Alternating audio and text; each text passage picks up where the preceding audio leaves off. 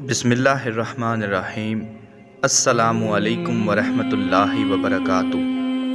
دوستو، اللہ تعالیٰ نے اس دنیا میں انبیاء کرام کو مبعوث فرمایا۔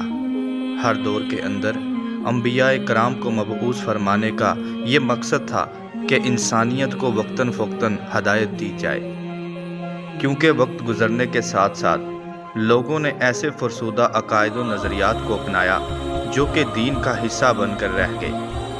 ان تمام کو اور اصلی دین کو دوبارہ اپنی شکل میں لانے کے لیے انبیاء کرام کو اس دنیا میں بھیجا جاتا تھا۔ تقریباً 1,24,000 کے قریب انبیاء اور رسولوں کو اس دنیا میں مبعوث کیا گیا، جن پر صحیفے اور الہامی کتابوں کو نازل کیا گیا، اور ان میں رسولوں کی تعداد 315 کے قریب ہے۔ اسی طرح اس سے پہلے حضرت آدم علیہ السلام، پھر حضرت شیس علیہ السلام کا ذکر کیا گیا، اور اب حضرت ادریس علیہ السلام۔ اسی طرح تمام تر تاریخی اور مذہبی واقعات کی تفصیلات کے لیے آپ ہمارے چینل ریسرچ ود عباس کو لائک، سبسکرائب اور آگے شیئر کر دیں۔ حضرت شیس علیہ السلام کے بعد حضرت ادریس علیہ السلام کو اس دنیا کی اصلاح کے لیے بھیجا گیا۔ ان کا اصل نام انوح تھا، لیکن درس و تدریس میں مہارت رکھنے کے باعث ادریس کہلائے۔ عبرانی زبان میں آپ کو ہنوک اور یونانی زبان میں رمیس یا ترنیس کہا جاتا تھا۔ آپ کا لقب اورین سوم تھا۔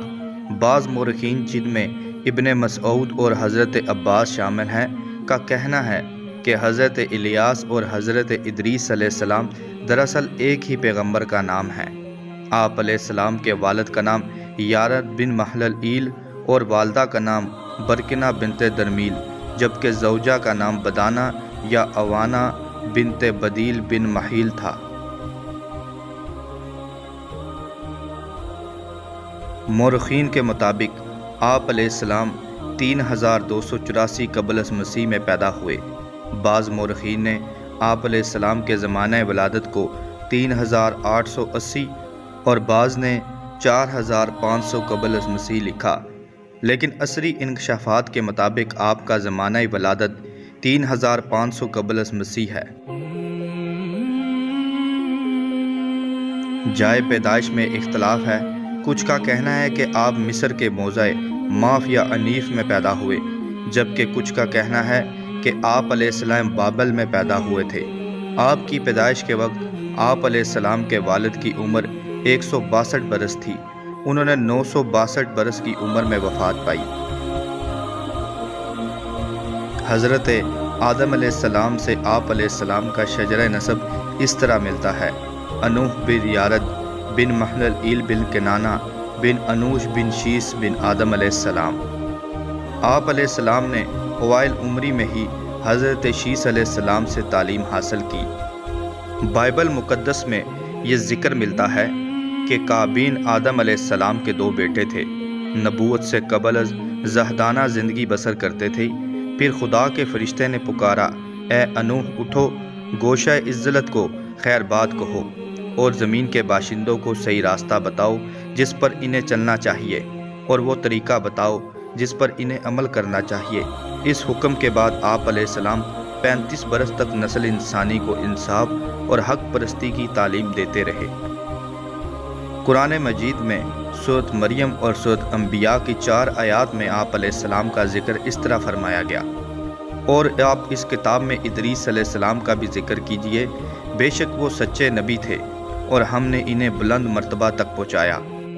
اور اسی طرح ایک اور مقام پر ذکر: اور اسماعیل اور ادریس اور ذوالکفل کا تذکرہ کیجئے، وہ ثابت قدم رہنے والوں میں سے تھے۔ رسول کریم صلی اللہ علیہ وآلہ وسلم کے فرمان کے مطابق آپ علیہ السلام سریانی پیغمبر تھے، اور آپ علیہ السلام پر 30 صحیفے نازل ہوئے۔ یہ صحیفے عبرانی زبان میں تھے۔ ان صحیفوں میں اسرار ادریس علیہ السلام نامی صحیفہ سلامک زبان میں لکھا ہوا ہے۔ اس کے علاوہ صحیفہ ادریس علیہ السلام بھی ایتھوپیا میں موجود ہے۔ ابن حبان کے مطابق آپ علیہ السلام نے سب سے پہلے قلم کا استعمال کیا۔ ابن کثیر کے مطابق آپ علیہ السلام مثل الرماسہ اور ماہر علم و نجوم تھے، اور قصص القرآن کے مطابق آپ علیہ السلام کو اللہ تعالیٰ نے افلاک، ترکیب و کواکب اور ان کے اجتماع و افتراق کے نقائد اور ان کے باہم کشش کے رموز و اسرار کی تعلیم سے آراستہ فرمایا اور ان کو علم عدد کا عالم بنایا، اور آپ علیہ السلام کو سوئی کا ایجاد کرنے والا بھی کہا جاتا ہے۔ حضرت ادریس علیہ السلام جب کئی منازل طے کر چکے تو آپ علیہ السلام کو نبوت سے سرفراز کیا گیا۔ آپ علیہ السلام پر 4 مرتبہ وحی نازل ہوئی، جس کے بعد آپ علیہ السلام نے لوگوں کو دعوت حق دی اور سرکشی کے نتائج کے آگاہ کیا، لیکن لوگ اپنے آباء و اجداد کی روش سے نہ ہٹے اور سرکشی پر اتر آئے، لہٰذا آپ علیہ السلام نے مصر کی جانب ہجرت کی اور وہاں نیکی کی تعلیم دینے لگے۔ حضرت ادریس علیہ السلام کی شریعت خداوندی کے ساتھ مبعوث ہوئے۔ آپ کی شریعت کے چند اصول درج ذیل ہیں: خدائے واحد کا اقرار و عبادت، عذاب آخرت سے بچنے کے لیے علم صالح، دینوی دلچسپیوں سے اعراض، انصاف، نماز روزے کی پابندی، دشمنان مذہب سے جہاد اور غلاظت سے اجتناب۔ آپ علیہ السلام پہلے حاکم تھے جنہوں نے خدا کے حکم سے انسانوں کو 3 بنیادی جماعتوں کا ہنر دیا، بادشاہ اور عوام میں تقسیم کیا۔ آپ کے زمانے میں 72 زبانیں بولی جاتی تھیں۔ اللہ تعالیٰ نے آپ علیہ السلام کو تمام زبانیں سکھائیں۔ آپ علیہ السلام کے 4 مشہور شاگرد تھے۔ آپ نے دنیا کو 4 حصوں میں تقسیم کرتے ہوئے چاروں شاگردوں کو ایک ایک حصے کا بادشاہ مقرر کیا۔ ان بادشاہوں کے نام الاؤس، زوس، اسکلابوس اور زوس امون تھے۔ آپ علیہ السلام نے تمام دنیا کی سیاحت کی اور 82 سال کو عمر میں جب آپ وطن واپس آئے تو قوم نے آپ علیہ السلام کی ہدایت پر 88 کے قریب شہر آباد کیے، جن میں سب سے چھوٹا شہر ریحا تھا۔ آپ علیہ السلام بہت سے علوم کے بانی تھے، جن میں حکمت، علم حیت، علم نجوم، علم طب، ریاضی، فن و کتابت، ناپ تول کا نظام اور فن اسلحہ سازی وغیرہ شامل تھے۔